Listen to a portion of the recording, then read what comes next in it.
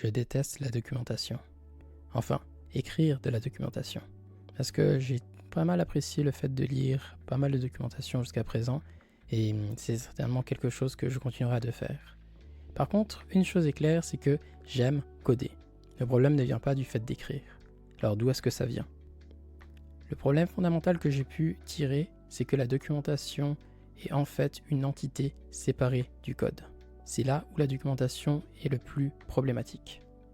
Alors je définis la documentation comme étant des choses écrites à la main, ou plutôt dactylographiées. Ça peut autant être des API, ça peut être aussi des manuels, ça peut être tout autant des livres, ou ça peut être des tutos. Je considère tout ça comme de la documentation. Le souci avec ça, c'est que cette documentation est pas mal secondaire par rapport au code. Je me suis retrouvé pas mal de fois dans des projets à voir le code avancer sans voir autant de progrès au niveau de la documentation, et ce problème continue d'avancer et ne s'améliore pas avec le temps. Ce qui fait qu'on peut dénicher ces types de problèmes dans la documentation. La documentation peut être obsolète à certains moments, ou peut être complètement fausse, car il existe aussi des documentations où on utilise des exemples de code, mais ces exemples de code ne sont jamais vérifiés. Donc comment savoir que ce qu'on a mis est juste?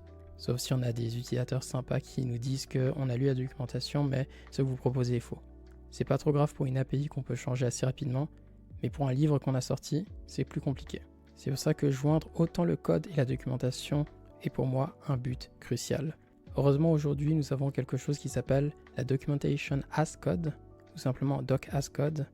Ça nous permet en fait de pouvoir utiliser le code en tant que documentation, ce qui résout les problèmes précédents. Et une chose que j'ai pu découvrir, c'est que les types rendent ça possible. Pour les personnes qui me connaissent, ils savent que je suis en train de développer un langage de programmation basé sur les types, donc ils appellent TypeR, qui est une version typée du langage de programmation R et qui fonctionne un peu à la TypeScript, mais avec quand même des éléments que j'apprécie beaucoup au niveau du langage. Je le voulais élégant. Mais on va voir comment mon langage va résoudre le problème de la documentation. Prenons cet exemple-là. Nous avons une fonction en R, une fonction qui a un identifiant et un rayon. C'est une fonction pour créer un cercle. À première vue, on pourrait se dire que c'est quelque chose de simple à utiliser, mais pour moi, parfois, je me pose des questions. Est-ce que l'identifiant est un nombre? Parce que parfois, ce n'est pas le cas. Est-ce que le rayon prend des nombres à virgule flottantes? Ça, on ne sait pas vraiment. Dans TypeR, nous avons en fait des définitions de type. Je vous inviterai à regarder aussi mon autre vidéo pour regarder plus en détail ce qui concerne les types. Mais ici, on peut voir que cette fonction a 3 types. 2 types en paramètres et un type de sortie. Les types en paramètres sont des types simples, donc des types basiques, et le type de sortie, circle, est plutôt un type personnel, ça veut dire créé par l'utilisateur. Jusqu'ici, rien de nouveau, mais j'aimerais vous montrer à quel point les types me facilitent la vie. Car en effet, ce ne sont pas simplement des informations supplémentaires qu'on ajoute pour rien. Je pense que vous voyez cette fonction-là. Pour la documenter dans R, avec R Oxygène 2, on est obligé de pouvoir mettre tous ces éléments-là. Donc on parle du paramètre identifiant, du paramètre R, du paramètre de retour, avec un export bien sûr et le commentaire. C'est ce que je devais faire lorsque j'essayais de documenter une fonction.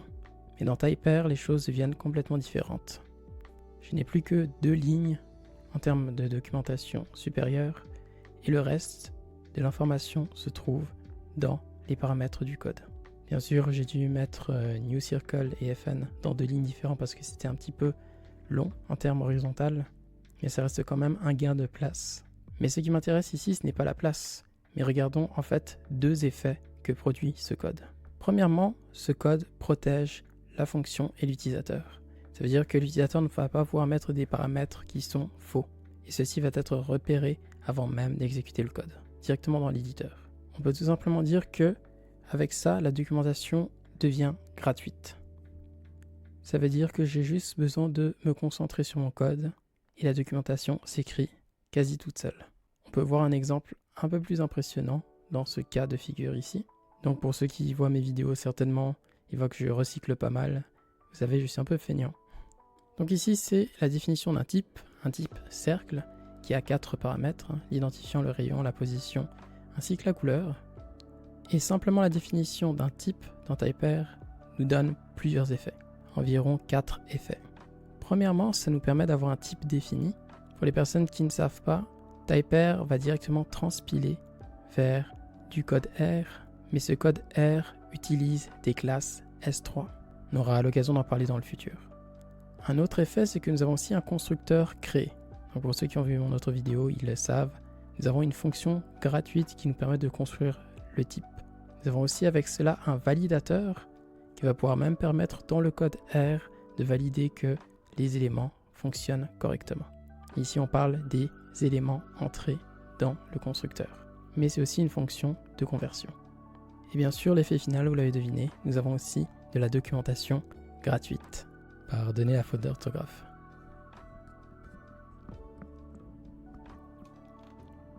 Alors, je voulais vous montrer l'effet que ça a, donc parce que je suis en train de créer un package qui va servir de version de Manim, mais pour R. Et donc, ce que j'ai beaucoup apprécié, c'est que j'ai pu transformer TypeR pour qu'il puisse enregistrer directement les types dans la documentation. Ici, nous avons une page de package down qui montre un petit peu un exemple. Vous voyez ici que les fonctions qui ont une majuscule sont en fait des types que j'ai créés. Donc quand je crée un type, pour la plupart d'entre eux, il y a une fonction constructeur qui arrive par défaut. S'il n'y en a pas, le type est quand même enregistré par ici. Par exemple, nous en parlions du cercle. Là, nous voyons aussi le cercle avec sa définition et les types pour chacun des arguments. Et si un argument est une fonction, ou plutôt un type que j'ai moi-même créé, je peux directement entrer dedans et voir en fait ce qui se passe dedans. Ici, bon, c'est quelque chose que j'ai pas encore développé, donc ça je peux comprendre que il n'y a pas encore grand chose. Mais voilà, ça veut dire que si nous avons un type existant dans la documentation, il peut être directement référencé. Notamment si je vais dans animation, je vois aussi que j'ai une structure avec pas grand chose dedans, si ce n'est donc les types de base. Nous avons aussi des éléments comme animable, qui est simplement une interface. Donc il faudrait aussi que je puisse rendre la documentation un peu plus propre, donc une documentation générée automatiquement. Et donc là, je peux aller voir qu'il prend en compte une animation, donc ce qu'on a vu tout à l'heure. Donc de cette façon-là, on peut vraiment naviguer à l'intérieur des objets. Notamment ici, j'ai un élément qui représente un objet, donc qui peut être à la fois une interface, donc l'interface animable, ou tout simplement le type identifiant. Donc comme ça, on est capable de pouvoir naviguer ici, partout, autant au niveau des types, autant au niveau des modules aussi, parce que TypeR a aussi des modules. Donc là, j'ai comme par exemple un module Circle qui va être défini ici dans la documentation comme un module.